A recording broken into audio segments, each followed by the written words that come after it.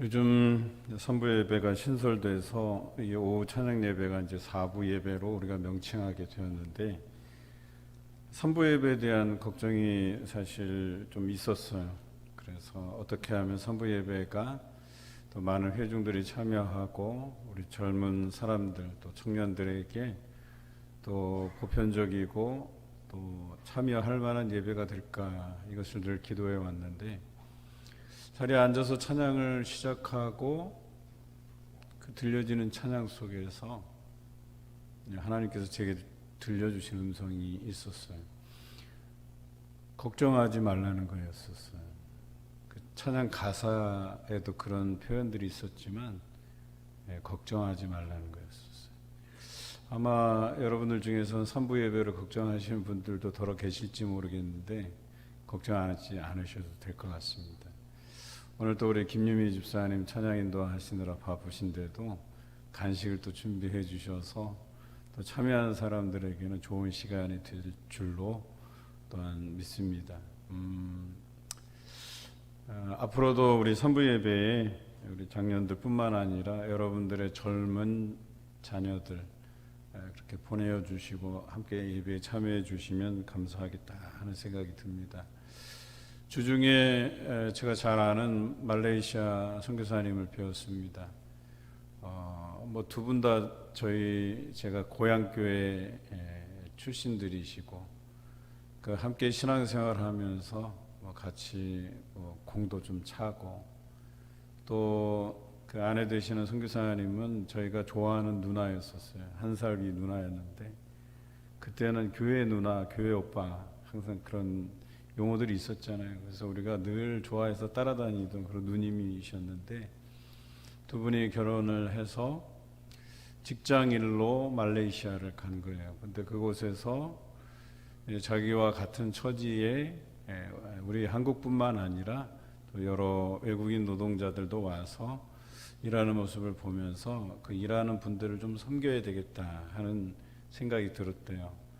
그러면서 그곳에서 그분들을 섬기고 그분들을 위해서 기도해 주고 이러다가 이제 그 사회에서 좀 이렇게 저렇게 알게 되고, 그리고 직장인들로 구성된 직장인 선교회 같은 거죠. 그래서 모여 있을 때 그 선교사님을 초청해서 기도를 좀 부탁하고 기도를 해달라 그랬대요. 그래서 그냥 왜 집사를 불러서 기도를 시키나, 처음에 잘 이유도 모르고, 그래서 가서 참여해서 그들을 위해서 기도하고, 그랬더니 기도가 끝난 다음에 옆에 있던 다른 분이 어느 교회 목사님이세요? 그러시더래요. 그래서 저는 목사가 아니고 그냥 평범한 집사인데요 라고 하면서, 근데 그때 이후로부터 하나님께서 자신을 부르고 계신다라고 하는 이 콜링에 대한 느낌을 계속해서 받는 거예요. 주변에서 이게 이쪽 길이 아닌데, 이분은 이쪽 길이 아닌데, 그런 사인을 계속해서 주시더래요. 그런데 그것은 남편 선교사님뿐만 아니라 아내 선교사님한테도 계속 하나님의 콜링이 자꾸 오는 거예요. 그런데 그 누님은, 하나님, 저는 절대 목회하는 사람하고 결혼하지 않겠습니다. 절대. 이랬던 분이에요. 그런데 그런 콜링이 자꾸 들리자 하루는 하나님께 뭔가 조건을 걸어야 되겠다 하는 생각이 들었대요. 그런데 남편 선교사님이 일만 갔다 오면 맨날 등이 아프다고, 그래서 등이 너무나도 아프다고 이런 소리를 너무 많이 해서 짜증이 날 정도였대요. 하루도 안 빼놓고 등이 아프다고. 그래서 하나님께, 하나님, 제 남편이 하루 종일 아침에서 일어나서 밤에 잘 때까지 등이 아프다는 소리를 안 하면 제가 그걸 하나님의 콜링으로 알겠습니다. 그걸 믿겠습니다. 그랬어요. 당연히 아침부터 일어나면 아우 등이 아프다 뭐 이 얘기를 할 줄 알았어요. 근데 아침이 지나가고 있는데 등이 아프다는 소리를 안 하더래요. 그날따라 이상하게. 그래서 여유가 그래도 좀 생겼대요. 뭐 한 번은 하겠지 하는 생각에 계속 주시하고 있었던 거예요. 점심을 먹고 저녁이 되고, 이제 밤 늦게 이제 잠자리에 들어야 될 시간이 왔는데도 아프다는 소리를 안 하더래요. 이상하다. 한 달이 넘게 그렇게 아프다 매일같이 노래를 불렀던 사람이 그러더래요. 그래서 자려고 하는 그 순간에 이 안에서 이 분이 일어나면서 남편 등짝을 갖다 확 때리면서 여보 등 안 아파? 하고 탁 때렸대. 그러니까 남편이 그러네 안 아프네 그래 그러더래요. 그래서 그게 이제 이게 하나님의 콜링인가 그런 이후에도 계속적으로 하나님 이제는 현상이 아니라 제게 말씀을 주십시오. 말씀을 주십시오. 그러다가 말씀이 들려졌는데 에스겔서의 말씀을 읽으라는 거예요. 그래서 에스겔서를 붙잡고 있는데 내가 너에게 기근이 없게 하리라. 딱 그 말씀이 탁 들어오면서 거기에서 은혜가 되더래요. 그래서 내가 하나님의 사역들을 감당해야 되는가 보다 하고 결정하고 짐을 싸서 국내에 이제 들어와서 신학을 공부하려고. 그래서 짐을 다 싸고 이제 환전을 해야 되는데 그 교회 그동안 뭐 여러 가지 자신을 도와주고 또 회계 이렇게 돈에 관련된 일을 하신 집사님한테 맡겼대요. 큰 돈을. 그렇게 해서 이걸 환전해 달라고. 그런데 그때 마침 이 집사가 노름에 빠져갖고 그 도박하는데 돈을 다 날려버린 거예요. 그리고 그 집사님만 철석 믿고 비행기 티켓만 딱 끊어서 국내로 딱 들어왔는데 연락이 온 거예요. 다른 분한테. 혹시 어느 집사님한테 돈을 빌렸냐고. 돈 환전을 맡겼냐고. 그래서 그렇다니까 이 사람이 지금 다른 데서 이렇게 저렇게 돈 받아갖고 지금 도박에다 돈을 다 날려버렸다고. 그렇게 하고 그 집사님이 얼마 후에 전화가 왔대요. 그냥 전화기 대고 흐느껴 울더래요. 그리고 끊더래요. 그런데 몇 년이 지나고 자기가 이제 신학교에 입학해서 공부하고 하는데 경기도 수원으로 들어와서 연락을 하더래요. 그때 딱 한마디 했대요. 앞으로는 나에 대해서 그 미안한 감정 다 내려놓고 그런 짐을 지지 않고 자유롭게 살았으면 좋겠다 하고 그거 한마디 해줬대요. 그런데 그렇게 얘기해 줄 수 있었던 것이 국내에 들어와서 이제 돈 다 날리고 있는 것도 없고 아버지 집에서 계속 머물 수도 없고 집을 구해야 되고 또 뭐 살아가야 되고 학비도 돼야 하고 여러모로 어려운 점이 이만저만이 아니었대요. 그래도 그 사모님에게 주신 말씀, 내가 너에게 기근이 없게 하리라는 이 말씀 한마디 믿고 살기 시작하는데 놀라운 기적들로 부어주시더래요. 부족함 없이 채워주시고 또 아내 선교사님이 또 공부방을 열어서 할 수 있는 여건도 다 마련해 주시고 그리고 또 그런 집을 구하는데 그동안 그 아버지가 재산이 조금 있어서 둘째, 셋째 자녀들한테는 다 유산을 상속해 줬는데 큰아들한테만 유산 상속을 안 해줬는데 그 가지고 있던 짜투리 땅 아무리 내놔도 팔리지도 않는 그 수년째 방치된 그 땅이 그 시기에 딱 팔려갖고 거기에서 마련된 돈이 그 자그마한 집을 구할 수 있는 또 자금이 됐다는 거예요. 그렇게 해서 이렇게 저렇게 신학도 마치고 그러다가 이제 그 미안한 집사님한테 연락이 와서 만나자. 그런데 이 선교사님은 그거 없이도 그 큰 돈이었지만 그거 없이도 하나님께서 지금까지 다 채워주셨기 때문에 그걸 뭐 갚으라는 얘기도 안 하고 그냥 이제 그 짐을 벗어버리고 이제 자유롭게 살았으면 좋겠다. 그런 미안한 감, 죄책감 이런 거 갖지 말고 살았으면 좋겠다. 이렇게 얘기를 한 거예요. 그리고 자녀들에게 딱히 해준 게 없으니까 늘 아침마다 자녀들 나가는데 기도를 해줬다는 거예요. 축복하면서 기도를 해줬다는 거예요. 그런데 그 자녀가 입시 10개월을 남기고 음악의 음자도 모르는데 작곡가를 가겠다고 그래서 그 주변에 어떤 교수님이 음악을 하시는 교수님이 무료로 제가 가르쳐 주겠다. 그렇게 해서 피아노도 배우고 작곡하는 법도 배우고 그 10개월 동안을 그렇게 하면서 이 자녀가 그동안 자기가 받은 거라고는 부모님이 기도밖에 없잖아요. 그러니까 너무 힘들어서 그냥 기도했대요. 하나님 어떻게 좀 도와달라고. 그러면서 입시를 준비한 거예요. 그래서 수시에 2곳을 썼는데 물론 결론적으로 2곳을 다 합격하긴 했어요. 피아노를 막 치는데 다른 사람들 보니까 거의 전공자처럼 치더라는 거예요. 얼마나 잘 치는지. 그 자기는 수준이 이거는 그 사람들을 따라가기가 너무나도 어려웠던 거예요. 그래서 자기 시간에 치는 때도 떨고 제대로 잘 이렇게 못했다고. 그리고 이제 작곡 시험을 치는데 작곡 시험은 그래도 적절하게 잘 쳤다는 거예요. 그래서 그냥 수시니까 떨어졌나 보다, 정시 준비해야 되나 보다 하는데 둘 다 붙었어요. 그 중에 하나는 장학생이 됐어요. 그래서 아들 교육하는데 돈 들어갈 일 없고 그렇게 하나님께서 채워주셨다는 거예요. 그 얘기를 듣다 보니까 우리 충건이도 그래요. 제가 청주교대에서 학점이래. 그 내신 등급이 최하점이에요. 꼴등이에요. 그러니까 꼴등으로 들어간 거예요. 그 등급으로는 엄두도 못 낼 그런 학교였었어요. 그런데 자기는 가야 되겠다는 거예요. 그 과정 안에서 하나님의 응답하심이 있었어요. 보여주신 것들이 있었단 말이에요. 그래서 뭔 자신감인지 붙을 것 같다고 그러면서 6개 교대 중에서 3개가 붙었어요. 그런데 아무리 봐도 붙을 만한 건덕지는 아니에요. 그래서 제가 보고 이것도 하나님의 은혜였구나. 여러분 오늘 말씀에 보면 아브라함이 318명을 거느리고 전쟁에 나가서 이긴 것도 신기하고 뿐만 아니라 이 아브라함의 믿음이 얼마나 대단한지를 우리 말씀을 통해서 한번 나누고 우리는 정말 세상의 도움이 아니라 세상이 나에게 주는 물질로 인해서 살아가는 인생이 아니라 하나님께서 내게 공급하시는 것으로 살아가는 그런 귀한 인생 되시기를 주님의 이름으로 기원합니다.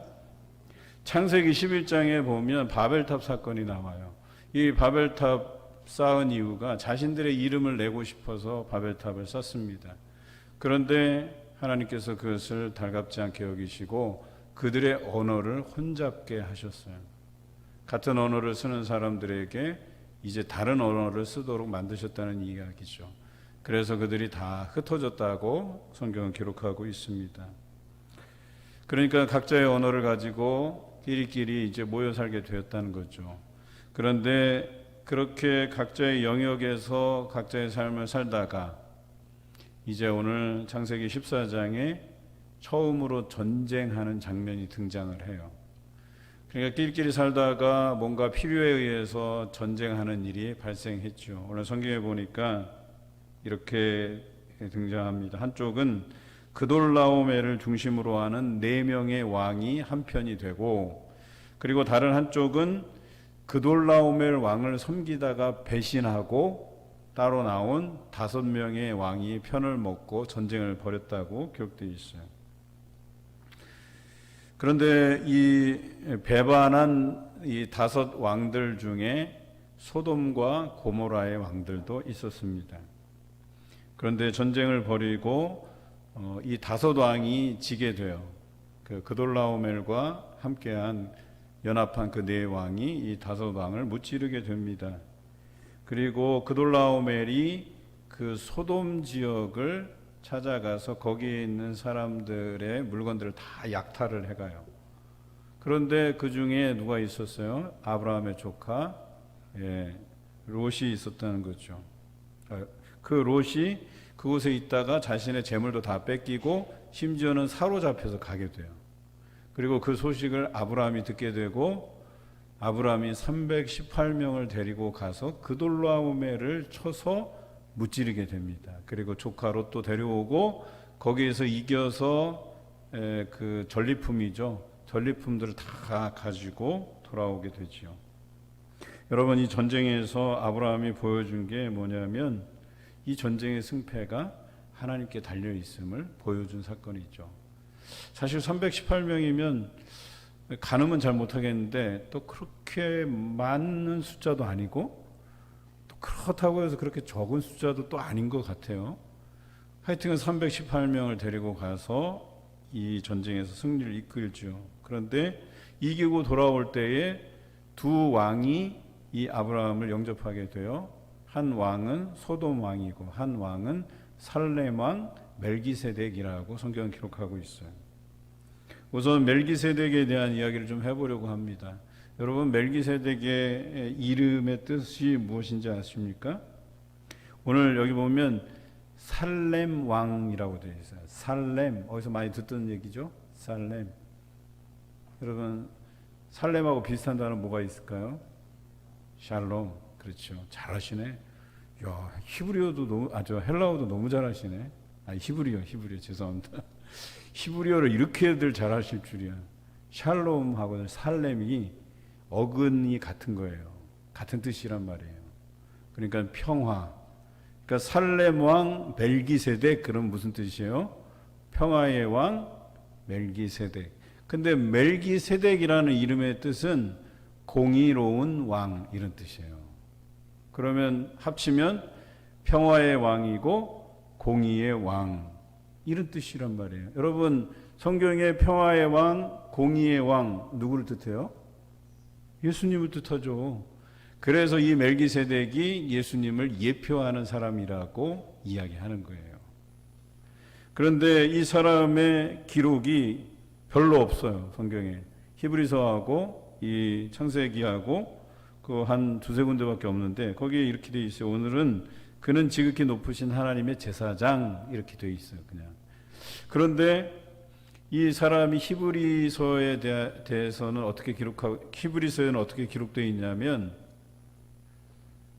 족보가 없대요. 아버지도 없고 어머니도 없고 족보도 없고 이렇게 기록되어 있어요. 그러니까 제가 볼 때는 생명의 시작한 날도 없고 생명이 끝나는 날도 없다. 그러니까 이 기록상으로만 보면 아빠 엄마가 없는 거예요. 어떻게 난지를 모르는 거예요. 그리고 어떻게 생명이 시작되고 어떻게 생명이 끝난지도 기록이 없어요. 그래서 지금으로 얘기하면 죽었다고 할 만한 근거가 없어요. 살아 있을 수도 있어요. 그러니까 아주 모호한 설명이긴 하지만 굉장히 중요한 언급이에요. 히브리서 7장 3절에 보면 아버지도 없고 어머니도 없고 족보도 없고 생명의 시작한 날도 생명의 끝날도 없고, 여기 중요한 게 있어요.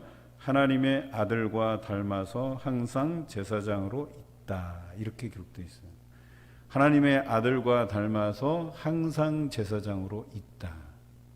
오늘 이 말은 제가 판단하기에 지금도 있는 거예요. 하나님께서 세우신 천상의 제사장의 역할을 수행하고 있는 거예요. 그리고 이분이 곧 예수 그리스도이실 수도 있다고 얘기하는 거예요. 이해하십니까? 그래서 천상의 제사장, 그래서 이 멜기세덱은, 이 창세기에 나오는 멜기세덱은 이제 신약 시대에 등장하는 예수 그리스도의 예표라고 얘기하는 거예요. 그분과 닮아 있다 그러죠. 아버지 어머니도 없다 그러죠. 그러니까 육신으로 나지 않았다, 이런 표현이잖아요. 그런데 우리 예수님께서도 육신으로 나지 않은 상태에서 이미 계셨던 분이란 말이에요. 그런데 육신을 입고 마리아를 통해서 이 땅에 왔단 말이에요. 그렇죠?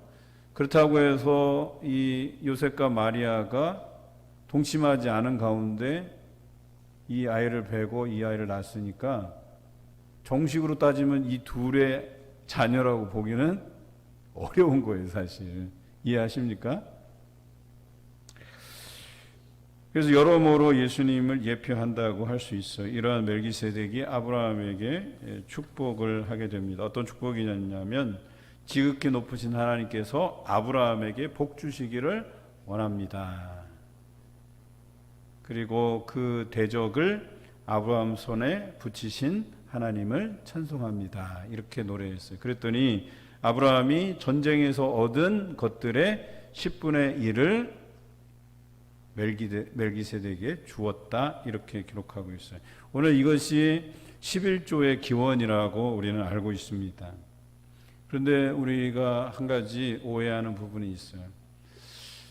오랫동안 신앙생활을 해오셨던 우리 선배 목사님들도 그렇지만 11조를 의무라고 가르치는 분들이 계셨어요. 엄밀히 말하자면 성경에서는 11조는 의무라고 기록되어 있지 않아요. 오늘 여기 보면 이 멜기세덱이 너 11조를 바쳐야 돼, 이거는 하나님께 정당하게 드려야 될 거야 라고 얘기하지 않았어요.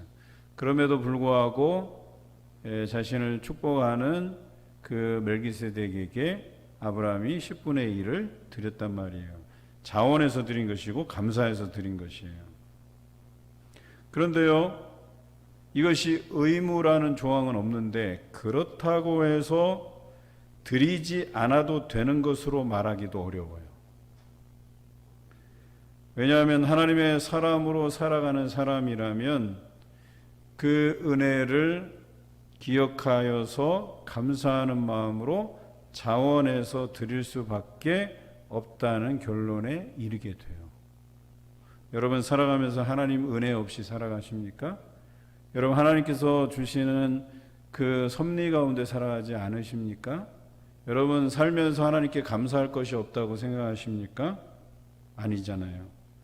그래서 사실 이 11조는 의무적인 조항은 아니지만 하나님을 믿고 섬기는 사람들이라면 누구나 그 은혜 가운데 있고 하나님의 도우심 가운데 있고 섭리 가운데 있고 그래서 그것에 감사해서 자원하는 마음으로 하나님께 드릴 수밖에 없다라고 하는 이 결론에 이르는 것이 11조예요. 그런데요, 지금도 11조를 드리지 않는 사람들도 있어요. 왜? 아직은 믿음이 거기에 이르지 않았기 때문에. 그래서 제가 신임 서리집사 교육할 때도요, 11조를 강조하지 않아요. 왜 그런 줄 아세요? 의무가 아니기 때문에. 그런데 믿음이 자연히 성장해 가고 내가 살아온 이 인생의 발걸음이 하나님의 도우심이었구나.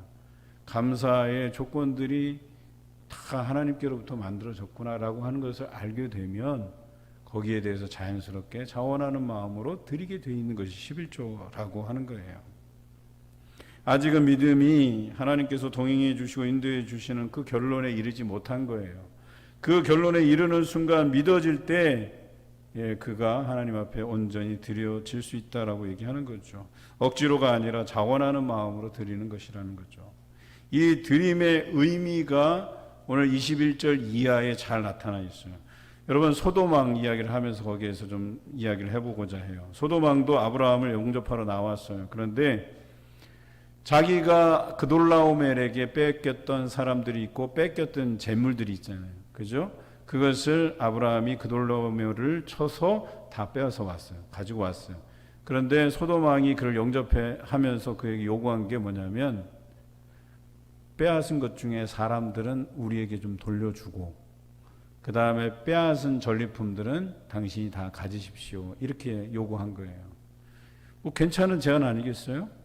그래서 그래? 그럼 뭐 사람들 데려가고 이 물건은 내가 전쟁에서 빼앗은 거니까 내가 가지지? 이렇게 얘기할 수 있는데 그러지 않았어요. 아브라함의 반응이 흥미롭습니다. 천지의 주제이시오 지극히 높으신 하나님 여호와께 내가 손을 들어 맹세하노니 내 말이 내가 아브라함으로 치부하게 하였다 할까 하여 내게 속한 것은 시로락이나 들매끈 한 가닥도 내가 가지지 아니하리라. 대신 젊은이들이 이미 먹은 것과 그리고 나와 함께 수고한 자들의 분깃만 빼고 나를 위해서는 아무것도 내가 가지지 않겠다라는 그런 각오로 이제 결정을 내린 거죠. 여러분 이게 얼마나 대단한 결정인 줄 아십니까?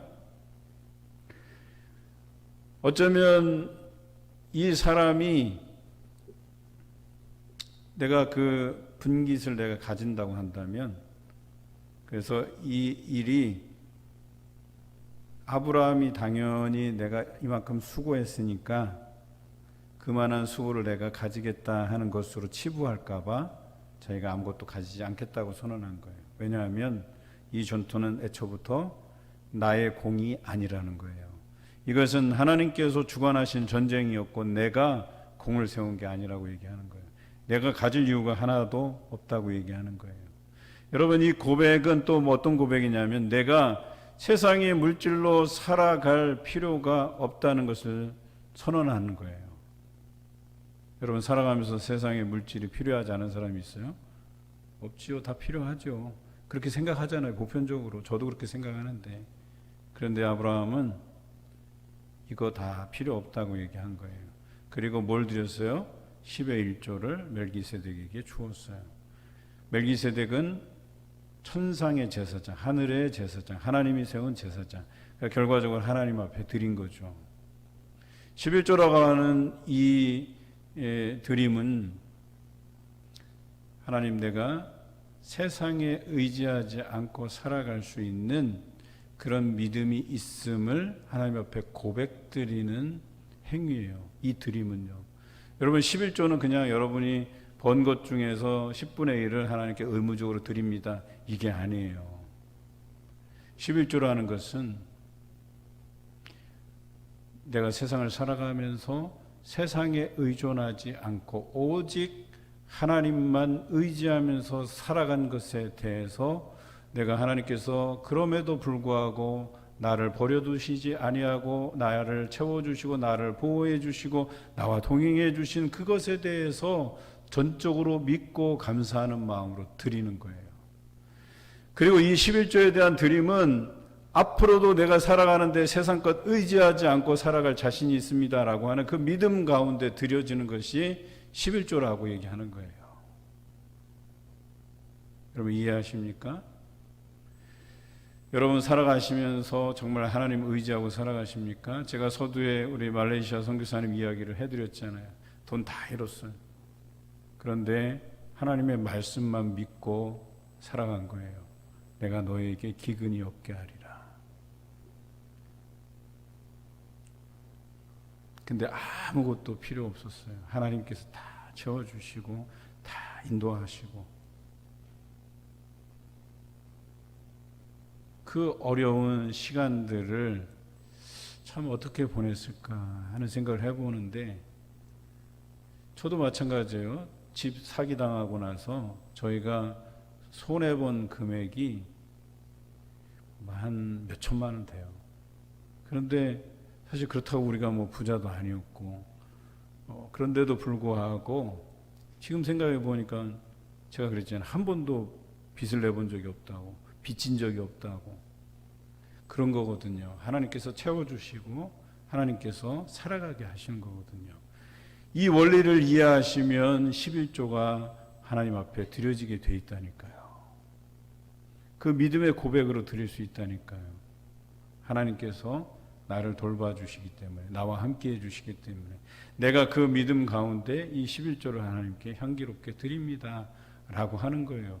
오늘 아브라함의 고백처럼 당신에게 속한 것들을 내가 빼앗아 왔지만 이 전쟁은 하나님께 속한 것이고 하나님께서 주신 것이고 내가 이것을 가지지 않고서도 충분히 하나님의 은혜로서 살아갈 수 있다는 그 고백하에서 모든 것을 다 돌려주게 된 거예요.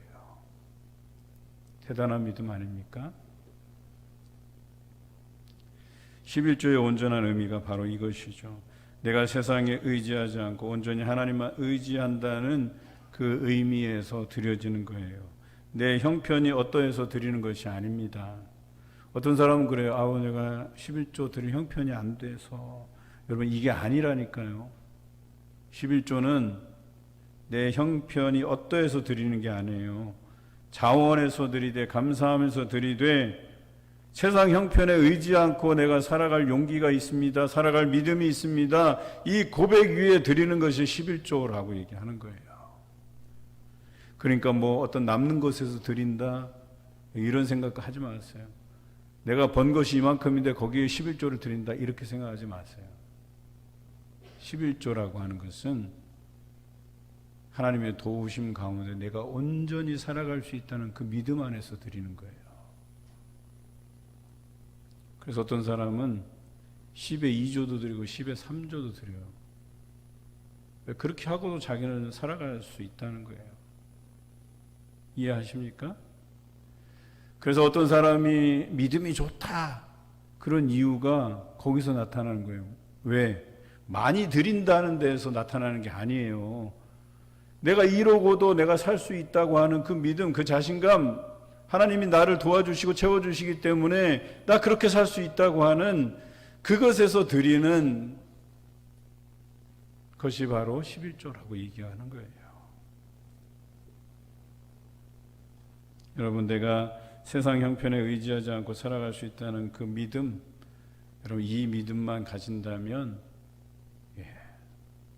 신명기에 나오는 말씀처럼 너희가 떡으로만 살 것이 아니고 하나님의 입으로 나오는 모든 말씀으로 살 것이라 하는 이 말씀을 이해하게 되는 거예요.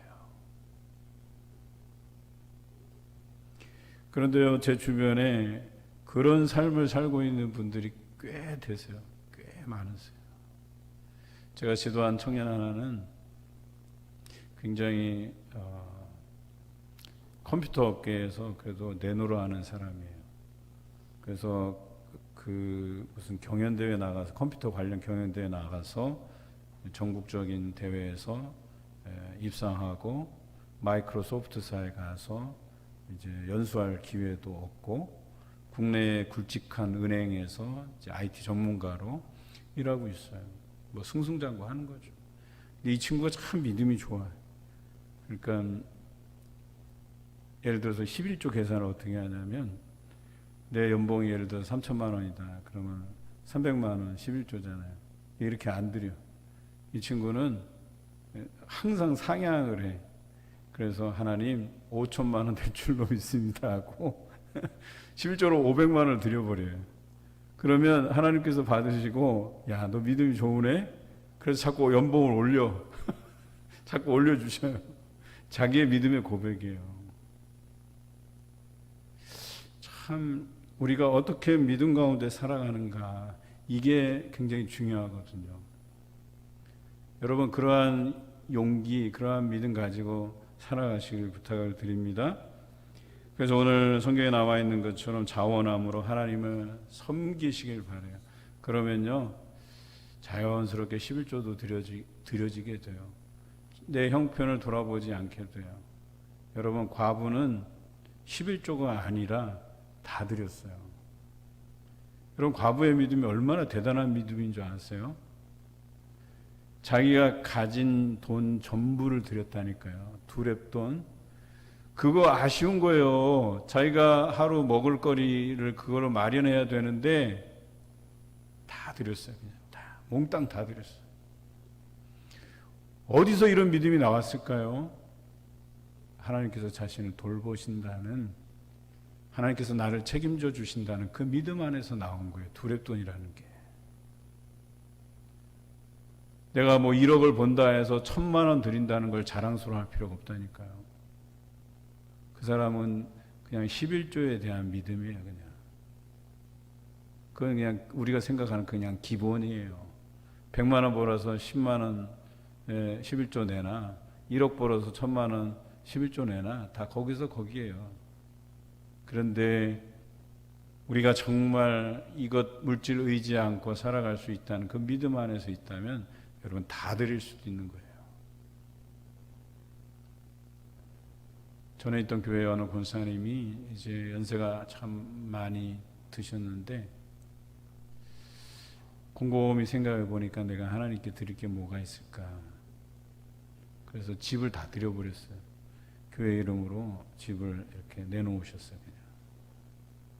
근데 이런 분이 한두 분이 아니에요. 어떤 분은 이제 내가 살 날이 얼마 남지 않았는데 그 자기가 모은 재산 수천만 원, 물론 자녀들 유산도 주고 뭐 이렇게 했죠. 근데 그 남은 수천만 원 장학재단에 기부해 달라고 또 이렇게 주시고, 이런 사람들이 많아요. 왜 그럴까요? 내 자녀들 하나님께서 책임져 주시고 이끌어 주실 걸 믿기 때문에 굳이 우리 자녀들이 그거 남기지 않아도 된다는 믿음이 있었던 거예요. 그래서 자신이 가졌던 모든 것 하나님께 드리고 세상 떠날 수 있었던 거죠. 저는 그 장로님 아직도 기억이 나요. 그렇게 교회에 몇 천만 원 이렇게 장학 헌금으로 내놓으시고 자기가 가진 마지막 용돈, 자녀들이 좀 용돈 모아서 우리 교육자들 다 데리고 가서 맛있는 고기 사준다고. 근데 몇 주 안 돼서 별세하셨어요. 저는 그분이 그렇게 일찍 가리라고 생각이 안 들었는데, 제가 볼 때 바울의 고백처럼 내가 전제와 같이 부어지고 떠날 시각이 가까웠다 하는 걸 느끼셨나 봐요. 자기 삶에서 충분히 자기가 하나님께 기름 부어 세움을 받고 장로로서 그 역할을 다 마치고 이제 자기 거 다 하나님께 드리고 그 남아 가지고 있는 그거 가지고 교육자들 식사 대접한다고.